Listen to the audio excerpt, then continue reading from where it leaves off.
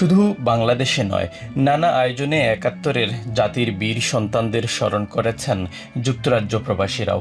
লন্ডনস্থ বাংলাদেশ হাইকমিশনে জাতীয় সঙ্গীতের সাথে জাতীয় পতাকা উত্তোলনের মাধ্যমে দিবসটি উদযাপন করা হয়। পাশাপাশি যুক্তরাজ্যের বিভিন্ন স্থানে গান, কবিতা আর আলোচনা সভার আয়োজন করা হয়।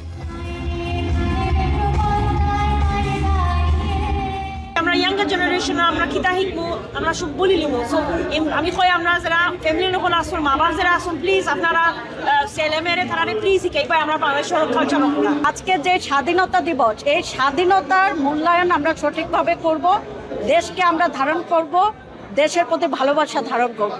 অনুষ্ঠানে মুক্তিযোদ্ধাদের প্রদান করা হয় বিশেষ সম্মাননা। তারা বলেন, মহান মুক্তিযুদ্ধকে কোনোভাবেই ভোটের হাতিয়ার বানানো উচিত নয়, বরং এর প্রকৃত ইতিহাস, ত্যাগ ও অবদানকে যথাযথভাবে মূল্যায়ন ও সংরক্ষণ করা জরুরি। যে সময় যে কন্ট্রিবিউশন করি সেটাকে মূল্যায়ন করা উচিত এবং কাউকে অবমাননা না করে আমরা জাতীয় কনসেনসাস নিয়ে আমরা একসাথে কাজ করব, আমার এই আশাই থাকবে।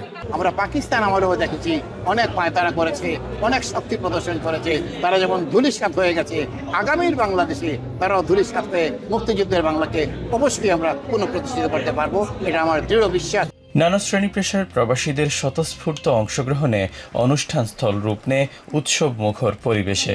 আনন্দ, উচ্ছ্বাস আর মিলন মেলায় সবাই একত্র হয়ে প্রাণবন্ত এক আবহ তৈরি হয়। আমরা আসলে প্রবাসী যারা থাকি, আমাদের জন্য বাংলাদেশের ইতিহাস, বাংলাদেশের এই ধরনের অনুষ্ঠানগুলো আমাদের জন্য অনেক গুরুত্বপূর্ণ একটা ভূমিকা রাখে।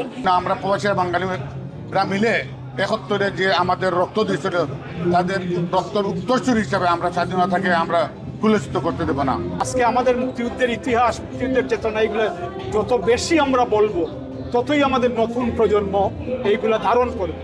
হাজারো মাইল দূরে থেকেও যুক্তরাজ্যের বিভিন্ন জায়গায় জাতির সূর্য সন্তানদের স্মরণ করেন প্রবাসীরা।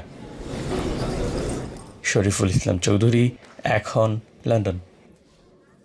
72 ঘন্টা ময়েশ্চার লক সমৃদ্ধ লিলি বডি ওয়াশ, শিয়া বাটারের গুডনেস স্কিন রিপেয়ার করে রাখে সফট ও গ্লোয়িং।